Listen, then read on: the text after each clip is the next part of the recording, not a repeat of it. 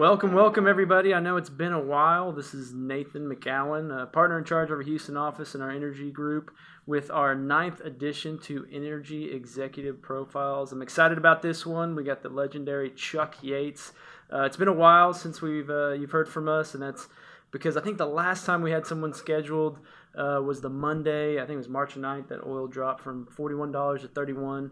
And the energy banker at the time called me and just said, "Man, I can't do it. I can't get on a podcast to talk about the industry when I don't know what to say to my clients right now." So it's been a little bit different feeling since the last time, but I think Chuck will pump us up here, and we're excited to have him.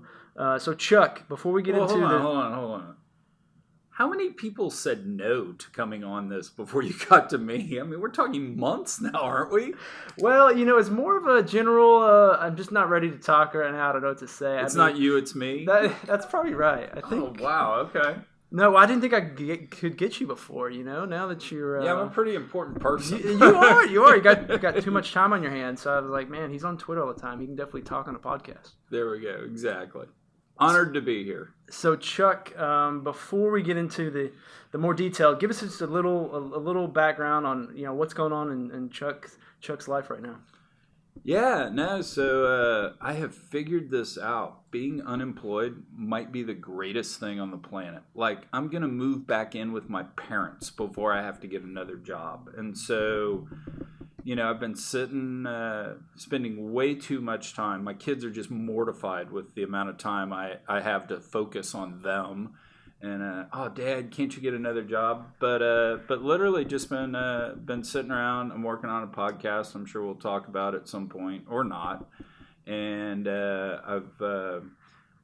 I've joined a venture capital firm's advisory board, which is an unpaid gig, but you get to sit around and kind of just be the old guy, which is kind of cool.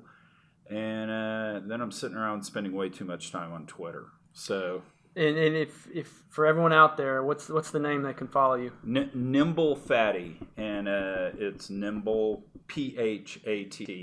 I'm that cool. You got to follow him. He's got good content and a lot of videos with his face on it. But for those that don't know, you used to run Kayne Anderson's energy private equity funds, and I don't even know if you remember this, but the first time, I've been around you at a lot of events, but you're definitely more of the crowd gatherer than I am. So I don't know. We haven't interacted much of those, but the first time I really got to spend some time with you, I don't. Do you remember when that was?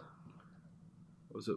No, I don't. Lay it on me. It was WAPT, I think in 2018 or 19, but I weaseled onto your plane to get home from Vegas to Tulsa, then Dallas, and then ultimately Houston. But my good friend Matt Gentry got me a spot, and we don't tell anyone we met because of Matt Gentry, do we? Is salt of the earth right there. Now, Matt's good people, but that might be needed to put in the vault. The kind of silence.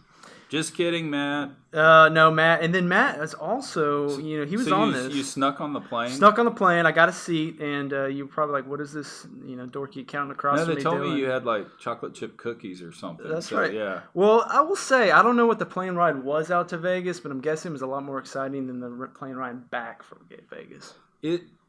Vegas has a tendency to do that to us, right? And particularly at the WAPT with all of those folks. So you're right. It was probably a much more mellow affair, more reflective, I might say. And as a humble CPA here, I will say that was one of my first private flights ever. And I'm pretty ecstatic, but I'm trying to act like I've been there before, which I hadn't.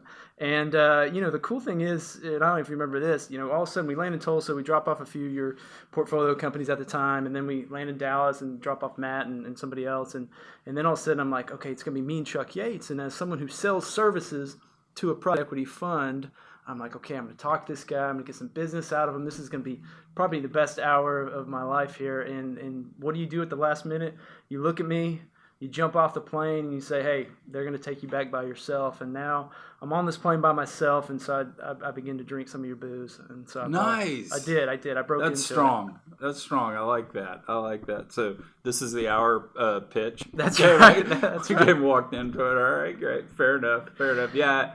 I had a bunch of friends in Dallas, and that was kind of a last minute thing, a touchdown. I think when we touched down in Tulsa, there was some text of why don't you just hang out in Dallas that weekend. So hey, it's all right. I don't mind a plane by myself. But anyway, so that was a crazy ride back from Vegas for me. Hey, audience, was that a great way to say I can't talk to an accountant for a freaking hour? Good Lord, debits, credits. Why am I only on a plane with this guy? Did you know, in all seriousness, between second year of business school, auditor, Ernst & Young. Really? You worked for EY? I worked for EY for the summer. Really? Doing... in the entrepreneurial services group. Okay, so what kind of companies did you audit? You know, it was wild. We went out to a ranch and counted cattle. Drove through there. Inventory counts. You can't beat inventory Absolutely. counts. Absolutely. I know what PBC means. That's right. Prepared by client. Man, you're going to warm all the auditor hearts on this one. Both of them, yeah. No, I'm kidding. All auditors have hearts. I didn't mean that. Oh, that's right. See what you can aspire to be, through those internships, and one day you can be Chuck Yates. So before we get into your background, we're at a weird time. We've all gone through COVID these last few months. Tell us, 2020. I mean, what's your life been like the last 9 months? How's COVID impact you? It's been really interesting from the point of view. If you would have told me January 1st, 2020, you're gonna, if you would have been a little evil and baited me into it, Chuck, you're gonna make the Wall Street Journal, I'd have been like, oh man, that's great. Because you got heave-hoed out of Kayne Anderson. Well, that's not so good. And then you would say, and you got to stay locked up in your house and not really hang out with people for, call it 6 months. I'd have been like, oh man, this is going to be like the most horrific thing ever. I mean, I'm the oldest of 4 boys. I'm always hanging out with people. I'm a people person. I'm so shallow. I need to have people to listen to me to do this. But in a weird sort of way, it's really been great. I mean, no one ever likes to lose their job, but I describe it kind of this way. My mom had a hip replacement surgery, call it 8 years ago, and I went and saw her, and I'm like, hey, Mom, how you doing? She goes, well, I had my body splayed open, and I had a bone cut out, so I'm not doing great. But this chronic arthritis, this pain I just had every day is gone. And I had no idea how much I hurt. And I think that was kind of me in stress. Just in hindsight, you wake up the next morning, you go, holy cow, oh my gosh, I don't have to get on the 8:30 call. And, there was a lot of guilt in terms of, oh my gosh, but I've left kind of my investors, my portfolio companies. But, at the end of the day, it wasn't my choice. But anyway, so that wound up being great, and then being by myself, kind of being in my own head, as much as that would have like mortified me on January 1st, as you said, you're going to hang out in your own head for a while. I think was actually a really good thing. Got to knock some cobwebs off. I think the one thing that I didn't appreciate, and a totally appropriate response here is, well, no doubt, Sherlock, and roll your eyes at me, but I had no idea how much just my job and what I did every day was inherited. I mean, 95% of what we did was because we were a private equity firm, because we were Kayne Anderson. It just... And being able to wake up, have a blank sheet of paper and say, well, I don't have to do something that way. I can do it this way. It was really freeing. So you will hear me get on the soapbox, and I don't know exactly what the speech will say, but it'll say something to the effect of just companies, you got to give your workers, and I don't know what the right time frame is, but let's make this up, 3 months off every 2 years or every 3 years. I don't know where they can just go away and think, because the amount of original thoughts and getting the blood going and all that sort of stuff has just been amazing. It's actually been a lot of fun. And we're talking about everyone but auditors and I was kidding. For any of our young auditors listening, that was a joke. No, but did you pick up any new hobbies? Are you whittling? Are you woodworking? Are you painting? I mean, any crazy new things in your life since you had some time on your hands? This is so embarrassing, but I'll go ahead and just fess up to it. So, if you think about it, immediately into quarantine, when I'm still with Kayne, you've got, call it 2 hours a day of commute time in from Richmond, showering, getting dressed and all that, all of a sudden you had that. So that really morphed itself into a lot of time on the Peloton bike. And if I say something as obnoxious as, and I had a LaCroix afterwards, please kick me. But so I'm not trying to be as pompous as I just sounded. So a lot of time on the Peloton, figured out a lot of taking conference calls, just put the headset on and walk around the block. So that was nice in terms of getting a lot of vitamin D from the sun and the like. Then when I got the boot and had a lot of free time, the two things that kind of came out were, one, I just went back on Twitter, as Nimble Fatty. I decided I'm just going to go on there as my own name and say whatever I want to. I don't have a wife at this point. I don't have a boss. I can say whatever I want to. Probably left to my own devices. I'm sure I'm in trouble with somebody because of that. And then the second thing that I've done is, I can't tell you how many phone calls, how many direct messages through Twitter of people that just wanted to talk, and they went kind of one of two paths. I would get a text or a message through Twitter saying, "Hey, I'm anonymous on Twitter. Can I call you from a burner phone? I want to talk about the industry. If you recognize who I am, please don't dox me," and all that. And I was like, great. So I can't tell you how many talks I had with people that were 25 to 35, just going, should I be in this industry? What should I do? What should I be thinking about? And, it was actually really rewarding to be able to sit there and go, man, I've gone through all this. I've got some things to share. On the other hand, it made me feel really, really old. And then the other thing is just, it's amazing how many people are going through things today, whether it's losing a job, family unsettled, or whatever. And so a lot of the phone calls I would get, "Chuck, how you doing?" I said, "Man, I'm great. Yesterday morning I recreated the opening video montage from Ferris Bueller's Day Off and just, had the best time doing it." And it morphed quickly into, "How you doing?" And it's, "Oh, I've got this going on." So I kind of feel like I was the Brene Brown for the oil and gas business for the summer. And so, aside from just, as I was saying earlier, mortifying my kids by spending as much time as I can focused on them, I spent a lot of time doing that, and that was really fun. The counselor to the industry, which is good. Which is like scary. I always said, do the opposite of what I'm about to tell you. And so, we're going to step it back a little bit. Tell us about the beginning. You grew up here in Richmond, is that right? So I was born in Dallas. The story there is, my dad was in med school. He was at Southwestern.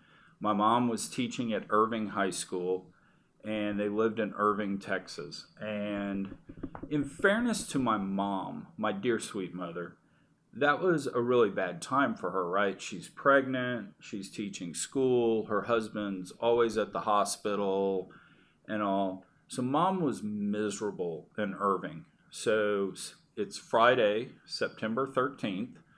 Mom goes into labor, and she calls Dad. "I'm going into labor." Dad's like, "I'll be right there." Dad comes home, picks her up, and says, "Let's go to Irving General." And Mom's like, "No, we can't do this." I'm like, "We can't do this." And Dad's like, "What are you talking about?" And she goes, "He can't have Irving on his birth certificate.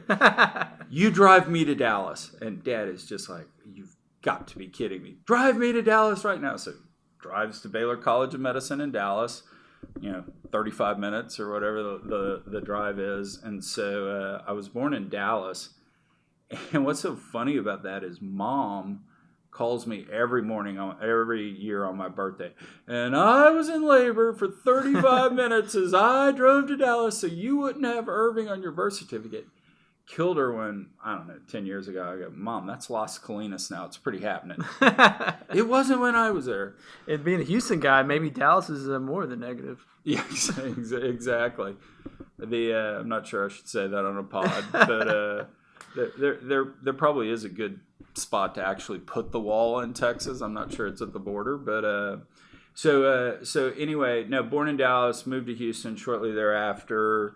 It was really funny. So we lived. We're sitting here at basically Buffalo Speedway in '59. So think kind of 610 where Post Oak comes off. That's where we lived, and it was really interesting because time for me to go to kindergarten. Mom grew up in West University, so Mom wants to live in West U.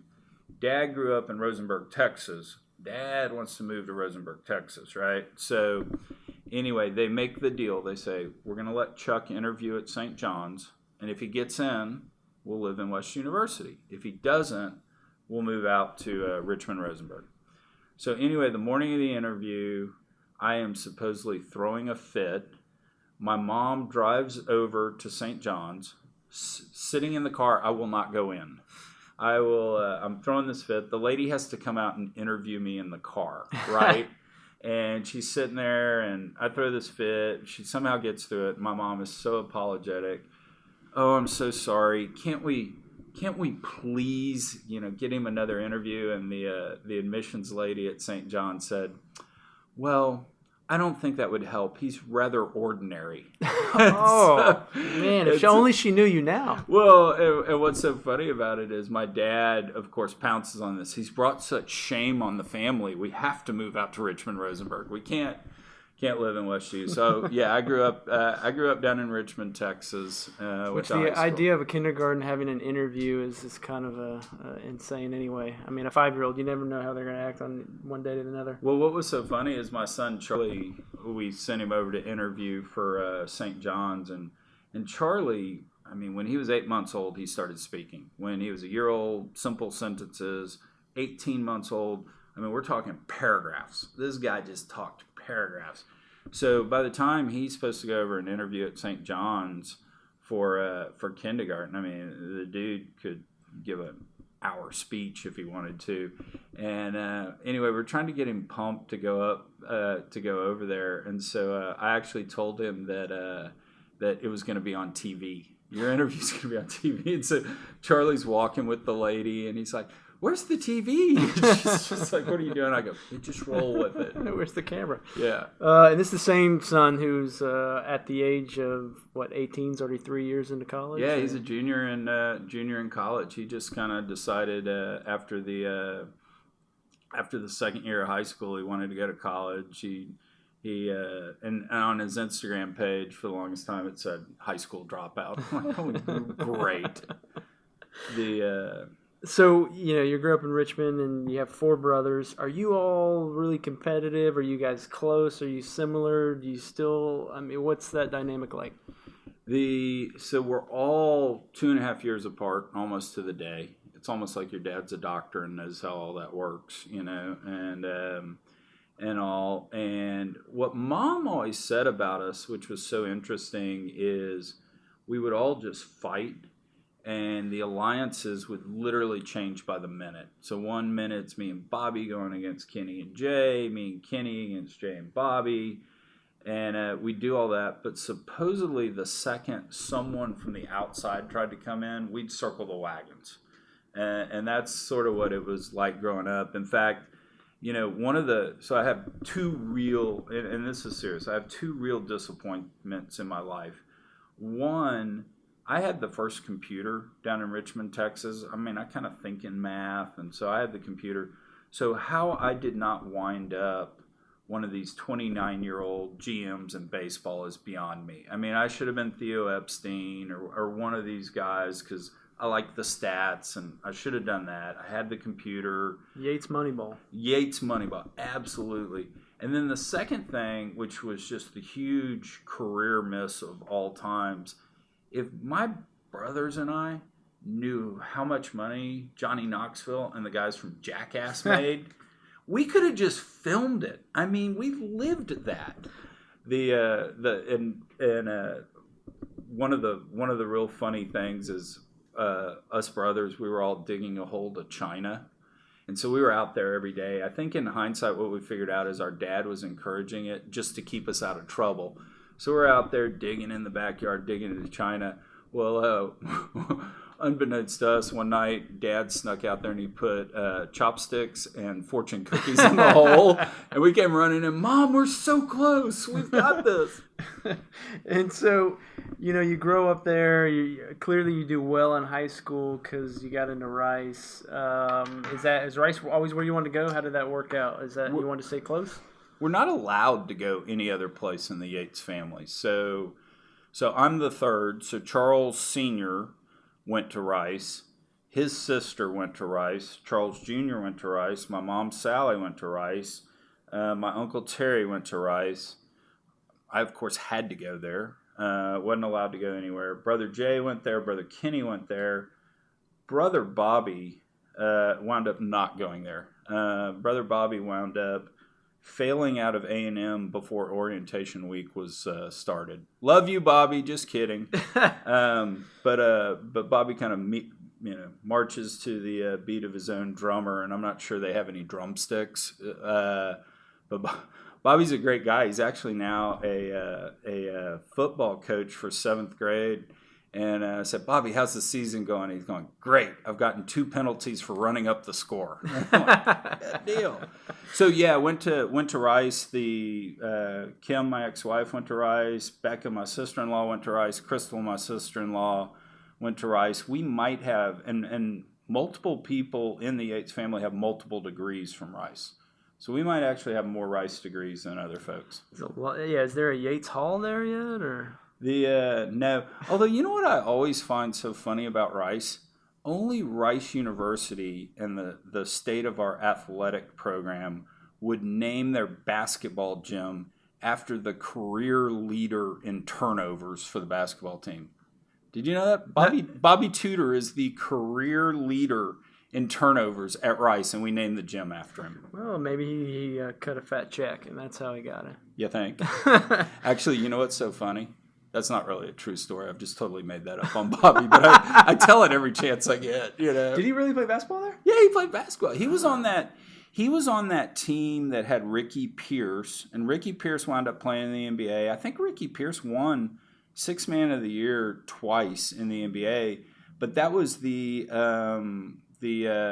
Olajuwon U of H. Yeah. What were they called? Phi Slamma Jamma. Yeah. The Phi Slamma Jamma. So they played up against those guys. Okay. Yeah. And so, you go to Rice, and so did you, once you go off to college, did you evolve much? Did you already have a lot of freedom? Now you get this freedom, you go to college. Did you all of a sudden take any big changes, or? Here's what was wild about going to college. So the first president at Rice must have gotten beaten up by fraternity guys. So there are no fraternities on Rice's campus. And they have a residential college system. And basically all that is you got a dorm, but you have a student government, and so it's kind of like a fraternity, but you're just assigned to a residential college system, to a residential college.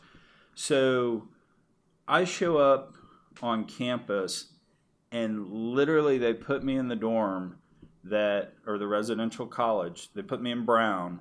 Brown, from its inception till literally when I walked in the door, all female. And so, you kind of take... Not a bad place to be as an 18-year-old. Fair enough. Especially if you grew up with all boys. It's also a little difficult putting Neanderthal man, oldest of 4 boys, in with women, in terms of living together for the first time. As Brown likes to say, we never actually lost our room deposits until the boys showed up. But so my roommate and I had this big elaborate plan. We moved all our stuff in the night before because he knew the head of orientation week. So we moved it all in the night before because we were going to go help all the cute girls move their furniture in, and just, it didn't work out very well.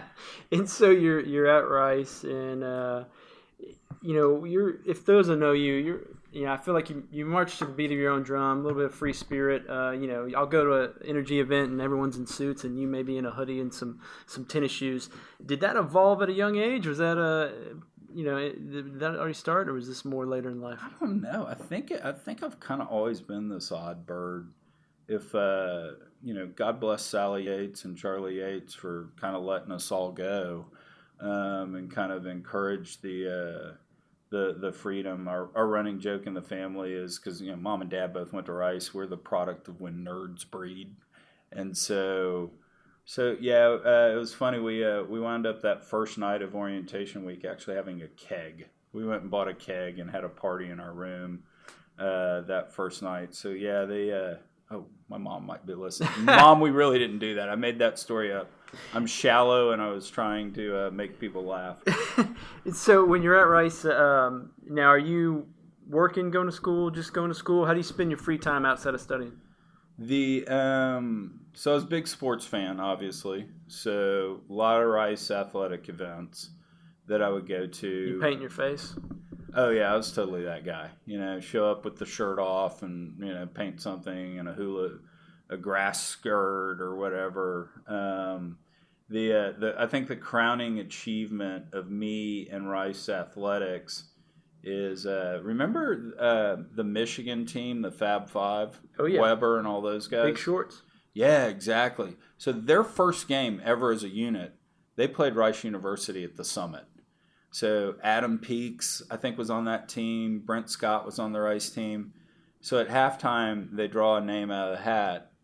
Drew mine. I go down on the court, and what I have to do is I have to hit a three-pointer, and then I have to move back basically halfway between the three-point line and the mid-court line and hit a shot from there. And they give me 35 seconds. And if I do that, I win a free Southwest ticket anywhere in the United States. So I'm sitting there at the three-point line, and I fancy myself an athlete, a basketball player, more of a down-low guy, but kind of a more Charles Barkley and Olajuwon, Moses Malone type. But I'm like, I can shoot a three-pointer. 8 straight air balls. In my defense, it's actually pretty hard when you have a clear backboard and that's there's people behind it, right? Yeah, exactly. Yeah. I mean, everyone who plays basketball, there's always a wall behind, so you have some sort of bearing on this. So 8 straight air balls. It got to the point where the crowd was chanting, air ball. But then on the 9th one, I nailed it. And then I stepped back to that point and nailed that shot. Really? Yes. Absolutely. Well, later on I was going to say best point in your life, but clearly now I know it, so I'm not going to ask that. It's been all downhill ever since. So what, did you know you wanted to go into energy when you were at Rice, or did that kind of evolve afterwards? No, so here's what happens is I took a detour through law school because I really thought I wanted to be the governor of the state of Texas. You go to Texas law school, big, thick book, tiny print, no pictures. That's just bad, right? So I always say I went to a semester of law school, and people say no. What law school? Right? University of Texas. Okay. Yeah, I was at the, as I like to say, you were at TSIP for a little bit. I got my education at Rice. I was going to get my vocational training at the University of Texas. So anyway, dropped out, defaulted back into business school because I didn't know what to do. Figured out finance, and I was like, okay, this is really cool. And so I wanted to be an investment banker. So I spent all this time going up to Wall Street, trying to get a job, and it doesn't matter. You walk into one of the Wall Street investment banks and you're from Texas. You want to be in the energy group? I'm like, no, I don't. I mean, I think this is a really crappy business. You spend all this money drilling a well, then you turn it on, find out what you got. I mean, it's just horrible. I'd love to do technology. No. You're from Texas, son. You want to be in the energy group. So I wound up by default becoming an energy guy because you know what you figure out is trying to get a job in investment banking, you really got to have somebody being a sponsor for you. And so what you find is the people in the energy group are generally from Texas. They generally speak the way you do and the like. And so that's how you wind up getting your sponsor and getting your job. So you go to Stevens. Now, did you have that crazy investment banking lifestyle the first few years where you're just working 1 million hours? And you kind of, yeah, it felt like it. It really did. But I mean, just the neat thing though, and I say this time and time again, if you can go survive 3 years of being an analyst in the corporate finance department for a investment bank, I mean, just building those models and understanding how everything flows together. And the beauty of being at Stevens is I did a lot of energy, but Stevens did everything. And Stevens was probably the last investment bank to go to industry focus as opposed to regional. So sitting in Houston, we were just in charge of Houston. And so we do energy.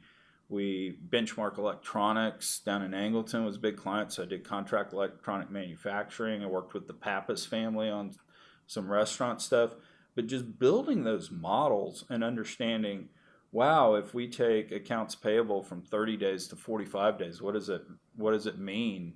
You really get to figure out kind of how companies work, what's important, how to create value. So that was just an amazing experience. Did you have any, I look back in those first few years you get out of school and you're working, have a key mentor or someone that you feel like pushed you or someone kind of pulled you up as you were there? Totally blessed. Gene Shepard, who runs Brigham and has done really well in the energy world, was my first boss, and along with that, Mike Ames. I don't know if you know Mike, but he recently retired as head of the energy group at Raymond James, and you could not ask for two better human beings to be mentors for you, and literally, to this day, I've kind of got this mysterious second act I'm working on that unfortunately I can't talk about yet, but poor Mike Ames has spent so much time on the phone babysitting me through it. And it's, it was interesting. So James Broach, who a lot of the listeners will probably know, James worked for me at Stevens and then worked with me at Kayne and unfortunately passed away from brain cancer. I don't know if you've ever been to the Broach Gala. Have you ever gone to one of those? I haven't, but I've seen I saw the photo you posted of him on his... Yeah, and, it was really interesting. I shouldn't say interesting, but just going through that. But where I was going with this is James actually, when I left Stevens to go to Kayne, James went to the University of Texas Business School. And coming out of business school, he had offers from kind of multiple firms. And I remember him sitting there saying, well, this firm's $10,000 more than that one. And I said, yeah, but we've talked for an hour and you haven't said a good thing about this $10,000 more firm, but all you've talked about is the great folks you worked with, last summer and all that. And he goes, I know, but it's like $10,000. And I kept saying, that dissipates so quickly. Go someplace where you got folks looking out for you. Yep.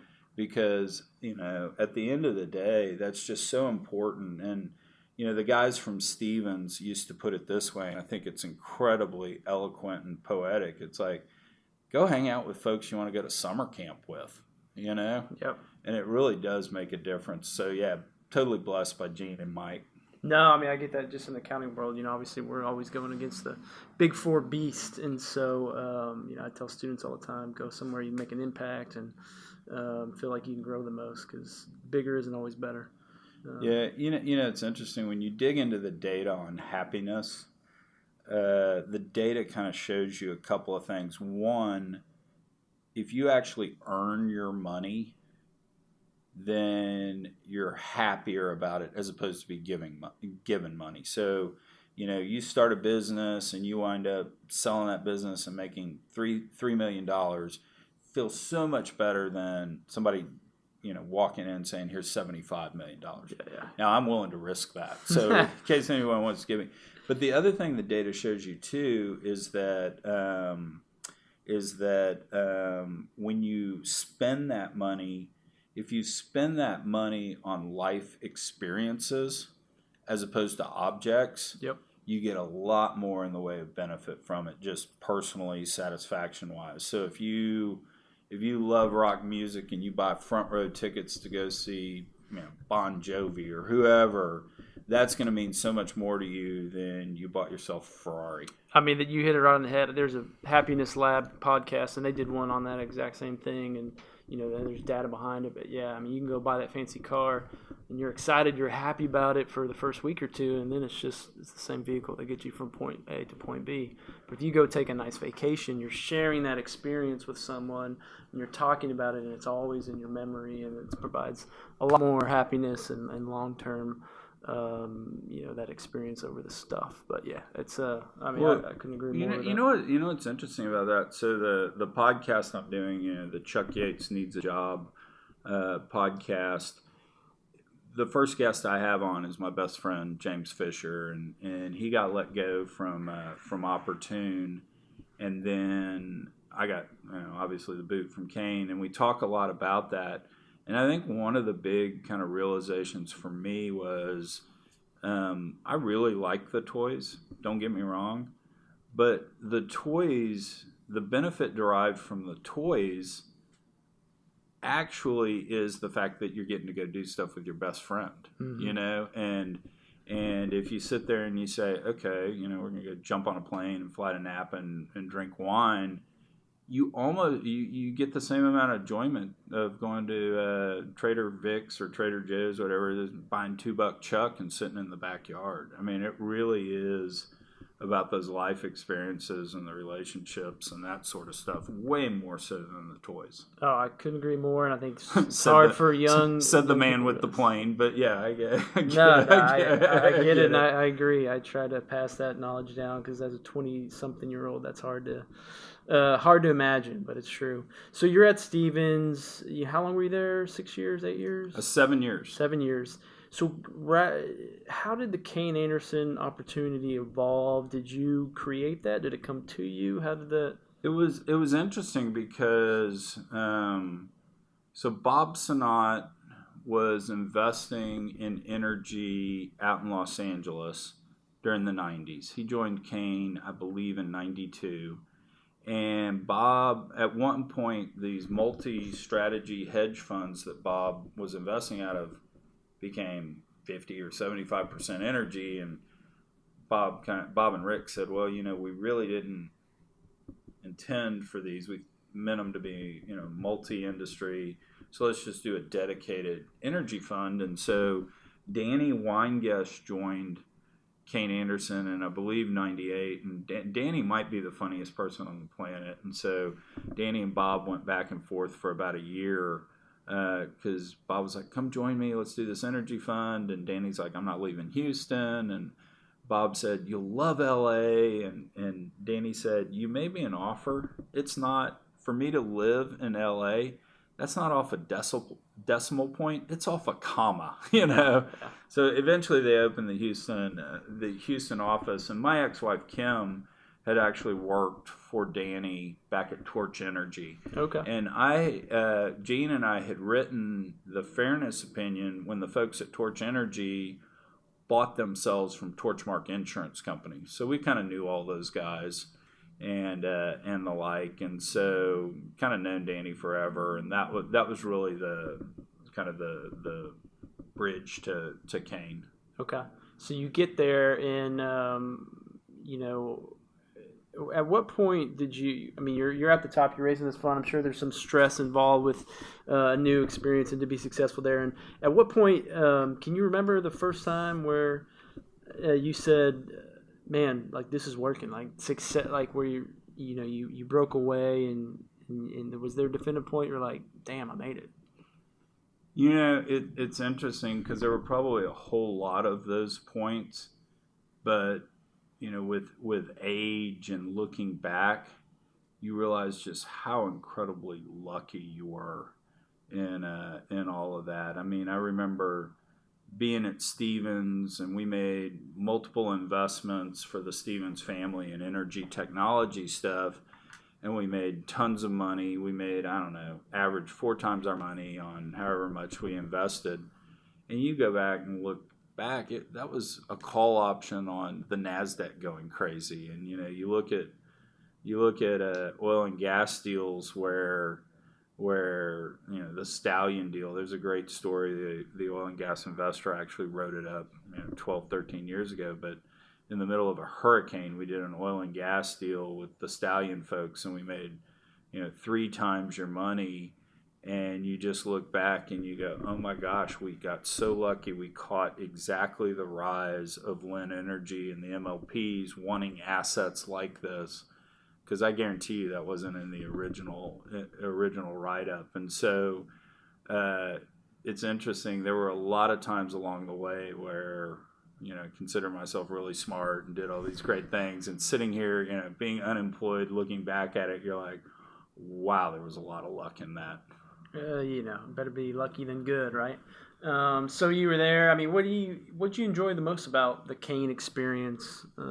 If you can point, to one thing or a few things. Oh, I think the greatest thing was just the relationship with the CEOs. I mean, that is, you and I were kind of talking about this at lunch, that we've got this industry, and we can talk all about how well it's managed and the difficulties of the business and the like. But at the end of the day, just in terms of folks you want to go to summer camp, like we were talking about earlier, not a greater group in the world than the energy business. And so, I mean, the lifelong friends of the CEOs, it was great. Couldn't agree more. It's definitely what drove me to kind of focus on energy. So, you separated from Kayne, and you're in the middle of COVID. Conscientiously decoupling. That's right. What did Gwyneth Paltrow and Chris Martin call it? Yeah, that's right. Conscientiously decoupled. And are you ready for the next chapter of your life, or were you, or are you now? And what was that like? Yeah, no. It's interesting. Like I was talking about earlier. I mean, just being able to have a blank sheet of paper and sitting around writing on that blank sheet of paper what you want to do, what you don't want to do, and all, has actually really gotten the juices flowing. Do you ever read Scott Adams stuff? The Dilbert guy? Oh, yeah. So I didn't read this, but one of those anonymous Twitter calls that I was talking about earlier told me this story. So the whole way he came up with Dilbert is he was sitting there going, what do I do well? And he's like, corporate life. I've moved up faster than other people, but I'm never going to be the CEO. But I'm probably better than 75% of people. So he draws a circle. And then he goes, drawing. I can never be an artist and make a living, but I'm better than 75% of people. Draws a circle. And then he's sitting there, funny. I'm not Eddie Murphy. I'm not Steve Martin. I won't be the funniest person, but I'm probably funnier than 75% of Americans. And he draws another circle. And his whole point is, in that Venn diagram where it all overlaps, is how he came up with Dilbert. And he's like, if you can, piece together 2 or 3 things where you're better than most and you enjoy doing, I mean, that should be your jam. Yep. So there's been a lot of that this summer. And so you're kind of moving on, finding new things to get involved with. Cottonwood Ventures, I met those guys. We proposed on some business with them, and unfortunately didn't get it. But I love those guys. Tell the group, how did that evolve, and how much fun are you having with that? That was kind of interesting because on LinkedIn, I forget what the subgenre is, but let's just say it was energy. I was supposedly the most searched person for 2 weeks, kind of after the announcement of getting the boot, and I was getting cyber stalked by everybody. I was getting messages all the time. And what's your official title on LinkedIn these days? Exactly.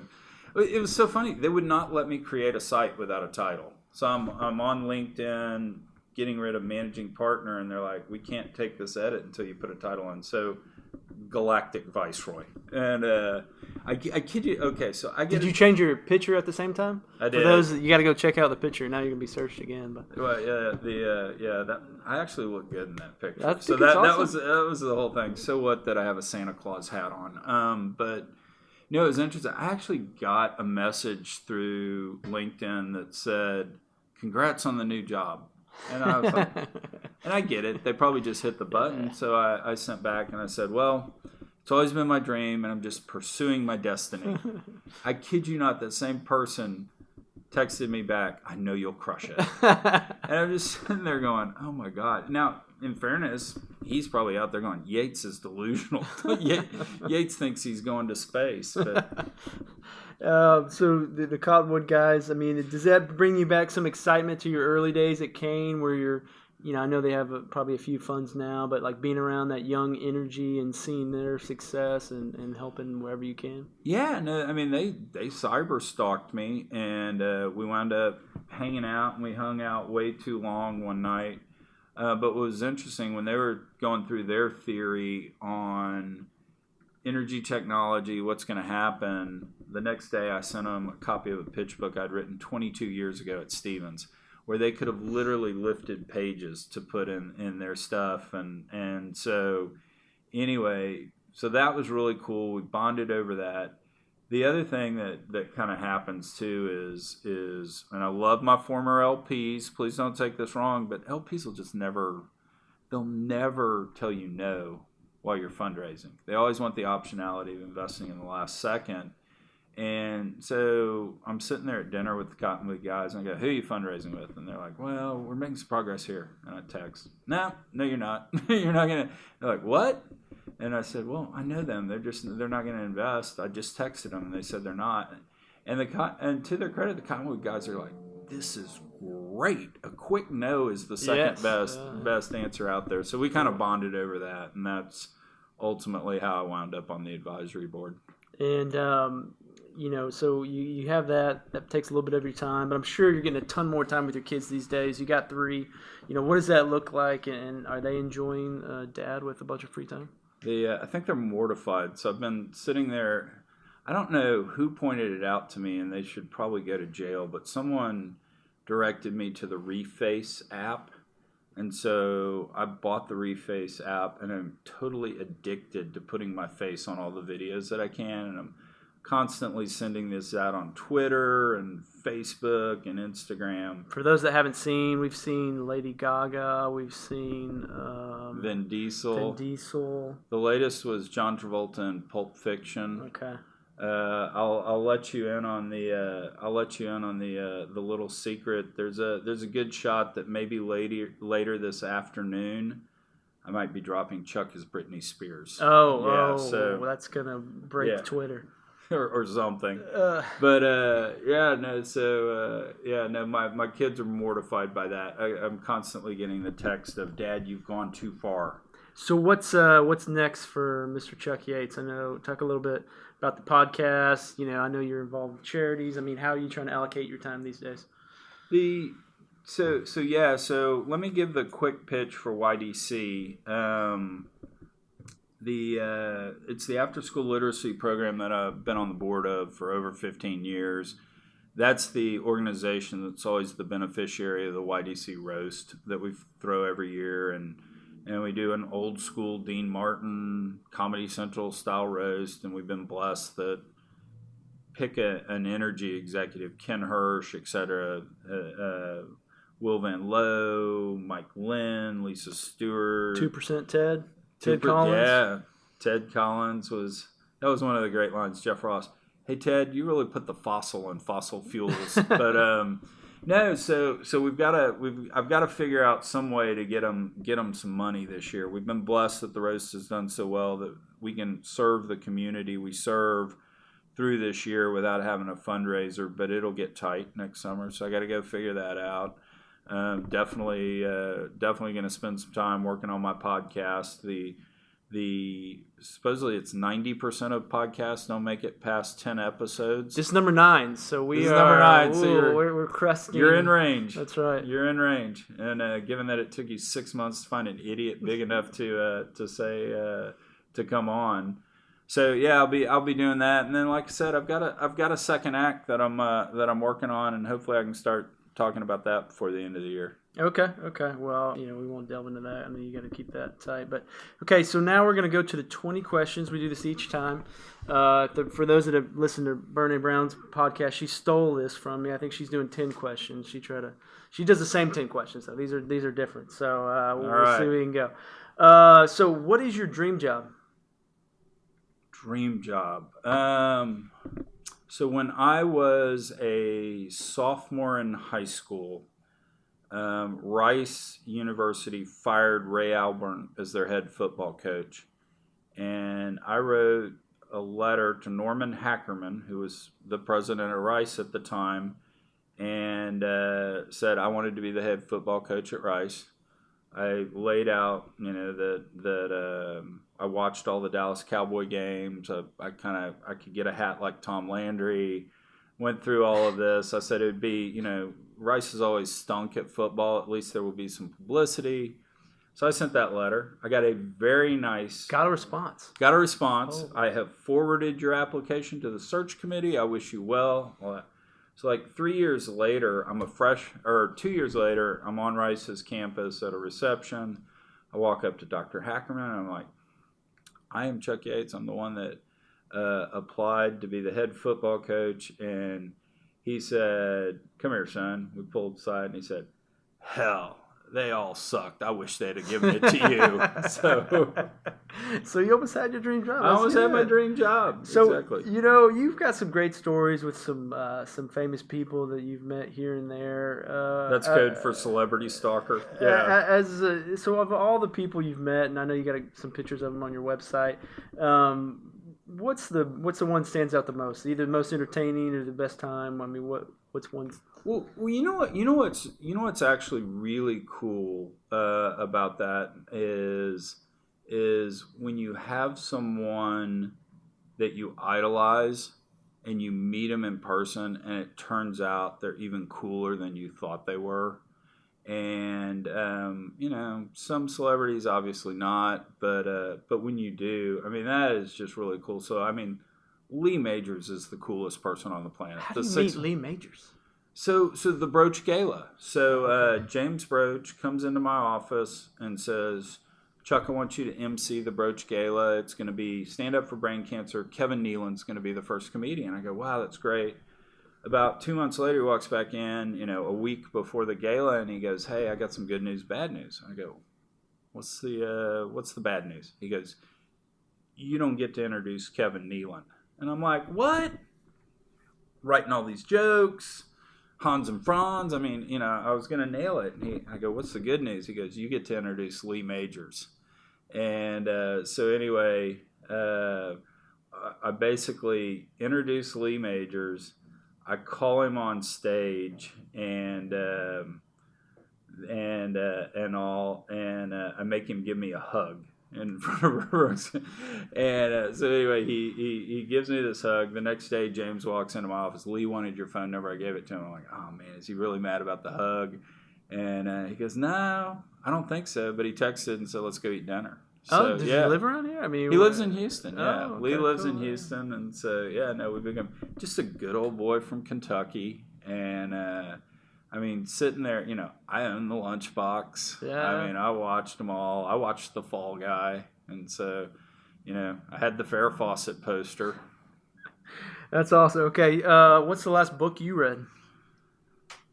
That's a good question because I'm not a big reader. I will kind of listen to audiobooks, but I won't. I'm just not a big reader. I don't know. I don't have the attention span for it. So what was Gladwell's last book? Outliers? No, it was Talking to People. Okay. It was. I don't know. You remember what Gladwell's last book was? I read Outliers. That's the only one. We've got the summer intern here playing producer who's like mortified that I'm going to make him speak. But okay, so I think that we all have things that have happened in our life and they've impacted in certain ways. Is there one event that you say, man, this happened and I kind of caused me to turn this way a little bit? Is there? It's really interesting. So unfortunately, I separated from my wife. We wound up getting divorced, and obviously a low point. But kind of through that, spent a lot of time with my priest, Patrick Miller. I don't know if you were at my roast. I was. He was tremendous. He was the GOAT, wasn't he? He was awesome. I mean, he was the best roaster. It was. And he's actually the second episode of my podcast. We recorded Monday night. We're gonna. Hopefully we'll get these things launched soon. The whole reason for the delay I'm trying to get the license to use the song "Wild Thing" by Tone Loc, and it's become just like a mission. I can't imagine the rabbit holes you have to go to track that down. It's miserable. But anyway, so so going through all that, there just were so many coincidences that you had to begin to believe they were divinely inspired. And one of them that happened is I got on an airplane. And it was 2 days after a divorce had been filed on me, and obviously in shock, sitting there. And a friend of mine was on the plane, sat in the row right behind me, and I sit next to this guy named Eric. And we sit there, and we're about to take off, and Eric turns over and he goes, "Did you know I almost died?" And I was probably about 5 minutes from death, and I had a 95% chance of dying, but I made it. And I said, "Well, since we just met, no, I didn't know that story." And he kind of chuckled, and he told it to me. So he tells me the story, and then he tells me the story about Brian Welch from Korn. Do you know his story? I don't know the story. I know he's the guitar player that heavy into drugs, etc., quit the band, almost committed suicide, and was about to commit suicide. And Eric, his friend from high school, sent an email to him and said, "Hey, God loves you." And it's like, oh my gosh, how, why are you sending this to me? Anyway, Brian winds up going to a church and converting to Christianity, turning his life around. He's back in Korn, and he gives credit to this guy Eric in his autobiography for saving his life. And so we talked about that story, and he talked about something else. We get off the plane. My friend walks by, and when he's out of earshot, I go, "I'm so sorry I couldn't talk to you. My wife just filed for divorce. That was a friend of mine. I didn't want to say anything. I'm discombobulated." And Eric looked at me and he goes, "I'm a businessman. I've been traveling 3 times a week for 30 years. Do you know how many times I've talked to the person next to me?" And I said, "No." And he goes, "Never." And I go, "What happened?" He goes, "I don't know. God told me to talk to you." And we actually wound up, this is kind of wild. We wound up praying right there in the airport. And that guy, Eric, babysat me for the next 2 years. I mean, he got the phone calls at 3 in the morning. Really? And you just met him on that plane? Just met him on the plane. Great guy. And what was so funny about it is I was telling my priest Patrick all about Eric, and Patrick's like, "Look, dude, man, when God sends an angel, they're usually pretty good. He doesn't send the B team in." So yeah, kind of one of those big moments that you could be a coincidence, but at the same time, there's too much purpose behind that for it to have just been intentional or incidental. That's an awesome story. So, when you have 3 days of vacation, you can go anywhere. Where are you going? You're leaving on a Thursday, come back Sunday. 4 days. So, I really want to go to the Vatican. Haven't done that. One of the greatest trips I did about 1.5 years ago, 2 years ago, is I actually went to Israel. And if Jesus stepped there, I stepped there. I had literally 7 o'clock in the morning, a driver picked me up, dropped me off at 9. I had a Jewish driver and a Palestinian tour guide. And they got along when we were all together, but separated. It'd be like, "They built a mosque on our temple," and the like. But anyway, it was an amazing trip. So I really like religious archaeology stuff. So I'd love to go to the Vatican. Okay, if you're on death row, what's your last meal? It's probably a bone-in ribeye. From where? Medium rare, a little bit of char on it. If it's my last one, man, I'm gonna make Chris Shepard do it. Okay. Okay.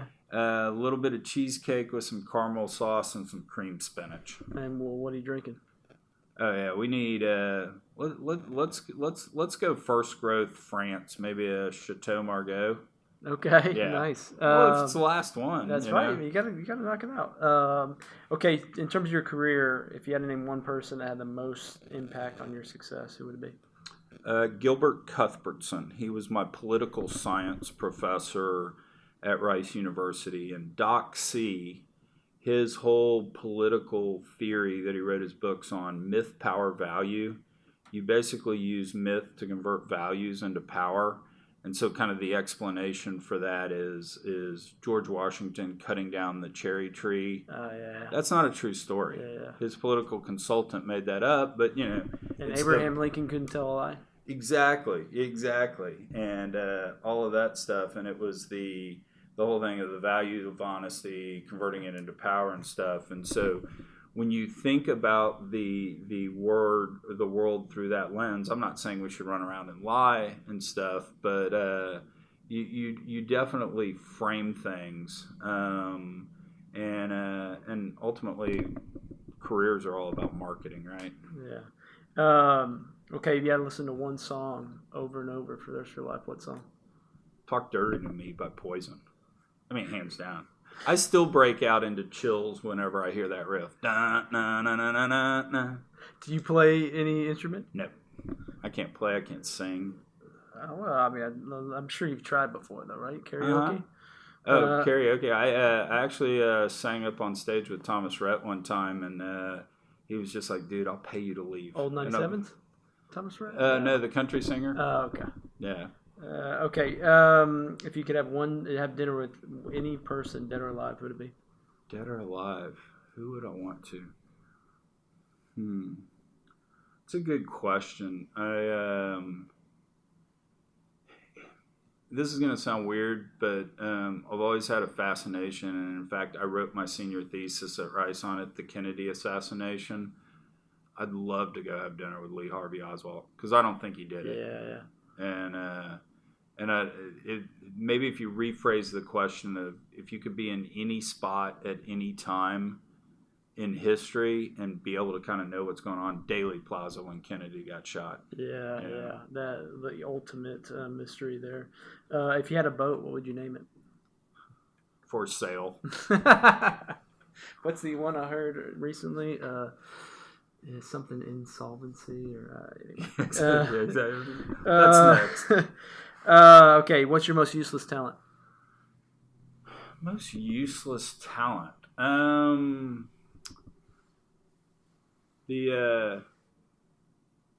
That's a really good question. Come back to that one. Okay. What about if there's one mistake that you've made that you could correct? Oh gosh. In all seriousness, I wish going through the divorce I'd been on better behavior. I mean, I just didn't have the skill set, the communication skill set to be able to handle that very well. And I really wish, in hindsight, that the skills I have today, I had back then that I could have navigated it with. I think Kim and I would be in a lot better shape. And some of that sometimes, and I understand. You go through something like that, and it helps you evolve. And so, if you didn't go through that, would you evolve the same? I don't know. No, that's clearly right. It's and I wouldn't have been in a good spot to handle getting fired, right? Yep. And had getting fired happen to me first, as opposed, I don't know, who knows where I would have been. What's one TV show you're binging these days? So right now I'm watching the Gary Shandling show. That's a throwback. I like it. Yeah. No, I'm a big fan. Okay. If there's one podcast you're listening to the most right now, I'm winding up listening to my own, and I know that sounds self-serving, but I'm not trying to fine tune what you're doing, right? Right, and I'm not trying to bring politics into it. Whatever you think of the guy, I mean, Rush Limbaugh has had as successful a radio career as anyone, right? And he talks about the first 2 or 3 years of him being on the air, just how horrific his voice sounded, how he hated the way he phrased things, and that's what it is on the podcast. I mean, I'm sitting there listening to it, cringeworthy. How did I just say that? And the like. So, getting a little BP here. Yeah, exactly. If you not doing much better, that's strike 2. Name what's the movie you quote the most? The movie I quote the most, probably Casablanca. Okay. Man, I'm no good at being noble. Name one thing on your bucket list that you have not accomplished. Bucket list. So, I would love to go to the Vatican, as I said earlier. I would love to go to Machu Picchu as well. Yeah. And I was actually thinking that when I'm on the Zoom call, Chuck, we need to go a different direction. I'm going, holy cow, I can travel, and then I'm like, virus, what the hell? Well, to top you on that, or not top you, to match you, my dad literally retired, 70 years old, worked till he's 70, retired the Monday before the corona outbreak, and he had a whole plan for a year of traveling with my mom. So it is, on top of that, you retire and you see the stock market go down like that too. It was an interesting time. He's in a much better place now, but I felt for him. Okay, you have 48 hours with your kids. What are you doing with them?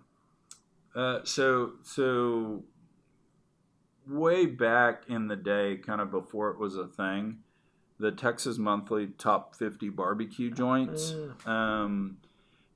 let's say 2 times ago, maybe, call it whatever, 10 years ago, I decided I was going to go eat at all 50.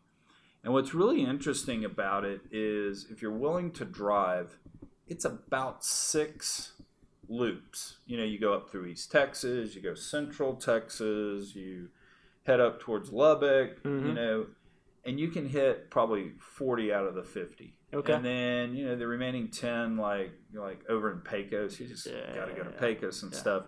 And so Kim, it used to be cute. Kim would say, hey, Saturday, I got to get some stuff done.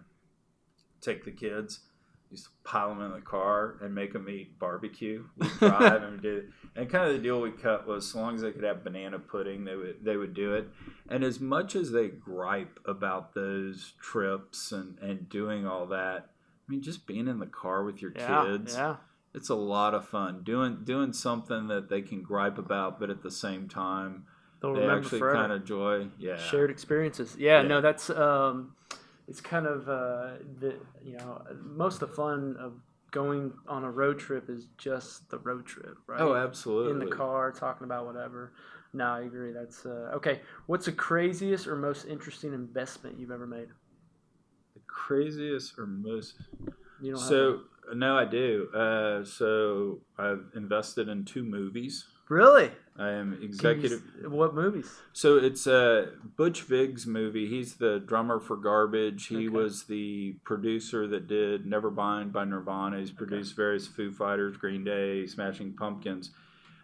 His studio in Madison, Wisconsin, where he recorded Nevermind by Nirvana, was called the Smart Studios. Okay. Old warehouse. He taped up egg carts on the wall and stuff, and they made a documentary about it. So, so I'm executive producer of that. Is it out? It is out. It's where, been out. Where can you find it? I have no idea. Smart Studios. Okay. And anyway, it's a great movie. It's really cool. I played it for my birthday like 3 years ago, and Butch came down and actually answered questions. And the coolest thing about that was, hey Butch, when you recorded Nevermind by Nirvana, I mean, did you know that was going to change the world and usher in grunge? He was all like, nah, I did think it was a kick-ass album, but didn't know that. Okay, well, we're wrapping it up. I got one more question. You are actually, every time I've done this, I've asked whoever's on who should be the next person on or who should be on. If you had, anyone from the industry, who should be on next? Who should be up next on the industry? Well, it clearly should be Thomas Ackerman, but good luck. You're not going to get. You're not going to get him Ackerman. Or Goodman. I would love it, but we'll see. Yeah, no, it'd be great to have Goodman come on and talk about Ackerman. That would really be a good one. Okay, well, Chuck, I appreciate your time. It was fun spending some time with you. Absolutely, man. Thanks for having me. Let us know when we can help you plug your podcast. I'm sure it's going to be great. Yeah, no, the website is chuckyatesneedsajob.com, and the pod will be linked there soon enough. So hopefully Tone Loc will give me the rights to Wild Thing. All right, thanks everybody. We'll talk to you soon.